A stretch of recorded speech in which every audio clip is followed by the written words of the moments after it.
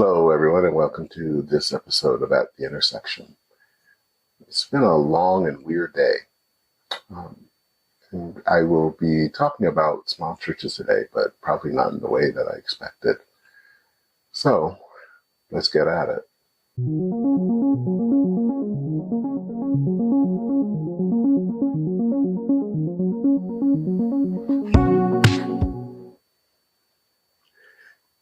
Hey, this is Dennis Sanders. I am the pastor of First Christian Church of St. Paul, located in Roseville, Minnesota. And welcome to At the Intersection. I try to do these videos that are kind of a video about church and culture. And so here's the video for this week. Okay, so I was not expecting to make this video here. Now I'm actually making this at 9 in the evening.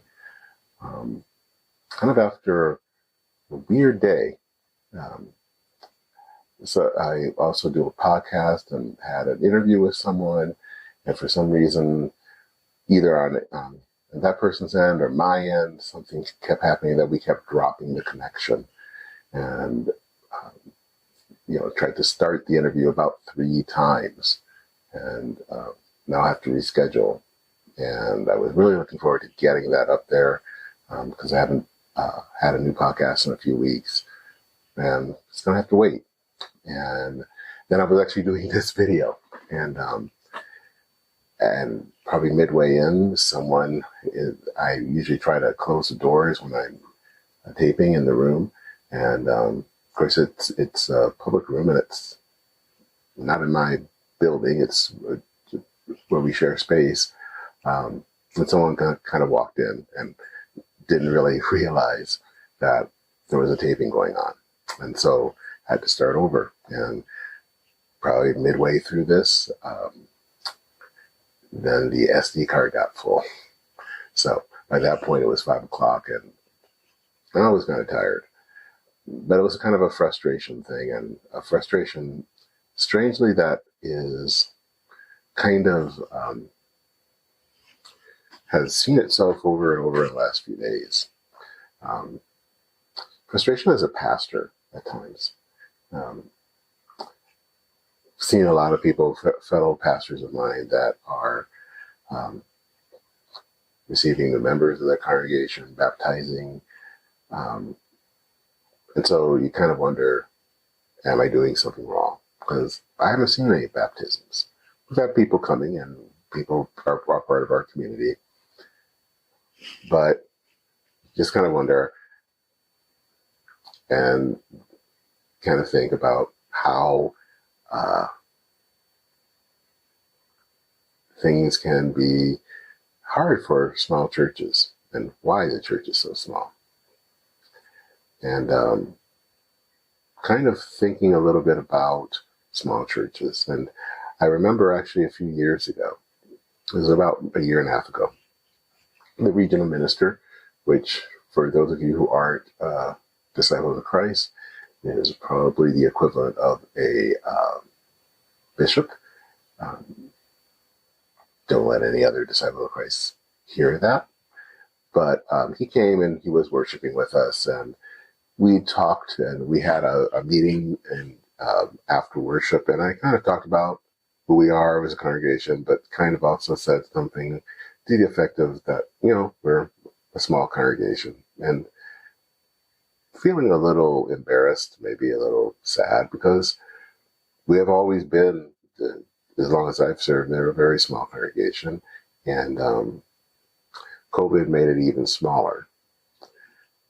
What was interesting was how he responded to that, and he talked about the fact of one of his first calls out east somewhere, and it was with a small community that was probably somewhere under 20 people, not very large at all, tiny, and yet he was amazed by their faithfulness. They were very much involved in the community, helping those that were in need. And what stuck in me was that this community, regardless of their size, that didn't preclude them from being faithful to God. And I think that sometimes in our culture, we tend to really valorize big. Um, in fact, we're really suspicious of small. And big is what shows that you're successful. And small is showing that you're not so successful. And I have to remind myself at times that just because something is big doesn't mean that it's successful. But that's hard because in our culture, especially here in America, we're a big country and we're used to being and thinking that things that are big are things that are important and good. And that's not always the case. I remember about 2 years ago, I was listening to the podcast, The Rise and Fall of Mars Hill, that was put out by Christianity Today. They did a wonderful job. If you have not listened to that podcast, you should. It tells the story of Mars Hill Church in Seattle and the congregation's leader, Mark Driscoll. This was a church that basically grew to several campuses throughout Seattle and throughout the Pacific Northwest. On the outside, it looked like it was incredibly successful. People were coming, lives were supposedly being changed, the church was growing, but on the inside, things were not so well. And the problem lied with Driscoll's leadership, which could be sometimes very abusive. Not physically abusive, not sexually abusive, but emotionally abusive, spiritually abusive. It hurt a lot of people. By the end of the podcast, you're just kind of surprised how much this church did make a difference in people's lives and in that it wrecked people's lives. Sometimes what seems to be really successful is not always being faithful to God. And I think a lot about small churches, especially because there are lots of small churches out there. And there are probably lots of small churches like mine where there aren't a lot of people being baptized. And there are probably pastors that wonder, what am I doing wrong? Maybe I'm not being as faithful enough. It's easy for middle judicatories and other pastors to look at these churches and to say that these churches are small, so therefore they're not really producing anything, so they should be closed. And I don't think that that's right, because I think that there is a lot to be gained from these small churches. I think that God is doing work in these small churches. I think God is doing work in my small church, even at times when I'm frustrated that things don't work out the way I would like them to. It's interesting that Jesus began basically his ministry and ultimately the church with 12 apostles who probably were not the most qualified people. And yet they were able to turn the world upside down. I keep thinking a lot about my church and what difference is it making in the world? And then I remember that there are people who have found a home at this church, and there are people who I think feel and see this church that is being dedicated and faithful to God. And maybe that's the important thing right now, is for us to be faithful, to continue as we are, that we try to gather weekly for worship, to hear the word preached, to have the sacraments administered of communion, to be reminded of God's love, to have Bible study, to learn what it means to be a disciple, and to be engaged in acts of charity and justice. None of that is flashy, and I still would love to, try to baptize someone, but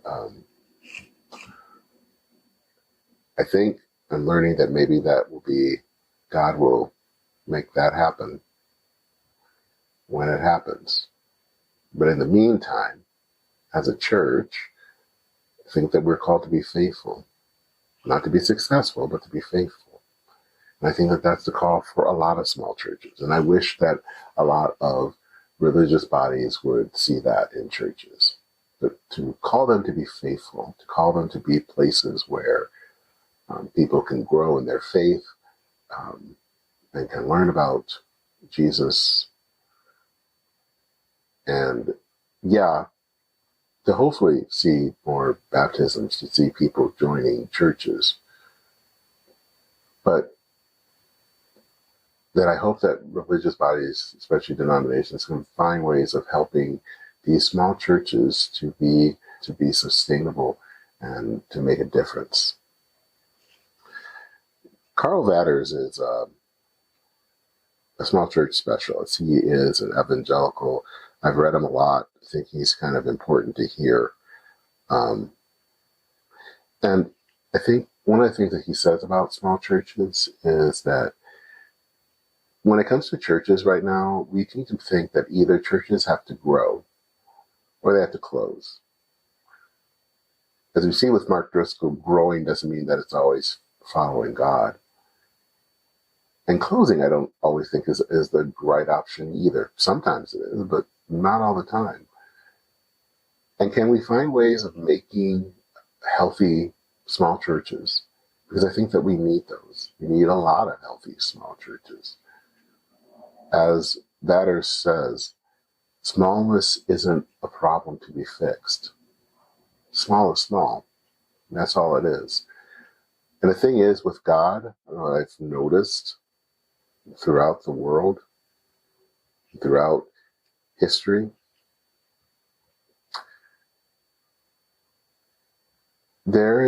God tends to use the small things of the world to show God's work in the world. That seems to be God's MO. So maybe that is something that we need to remember.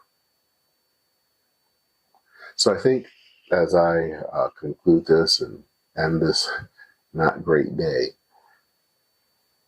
I think the message that I have to share with small churches out there is that you aren't alone. Remember to be faithful, not to think that you have to be successful. What matters is not as much how many people are at worship or how many butts are in the seats, but how faithful is your church to the community around it and service, and how faithful is it to God in its everything. What matters, I think, for a church is not how many people there are, how many services, or how many pastors there are. It's about, are you giving praise to God? Are you feeding people? Are you caring for others? Are you caring for each other? Are you spending time in prayer? Are you spending time in the sacraments? It's about being faithful. Everything else will take care of its own. But that is my message for small churches, speaking as a small church pastor. So, take care, everyone. Sorry for the rambling message this week, but take care, Godspeed, and I will see you soon.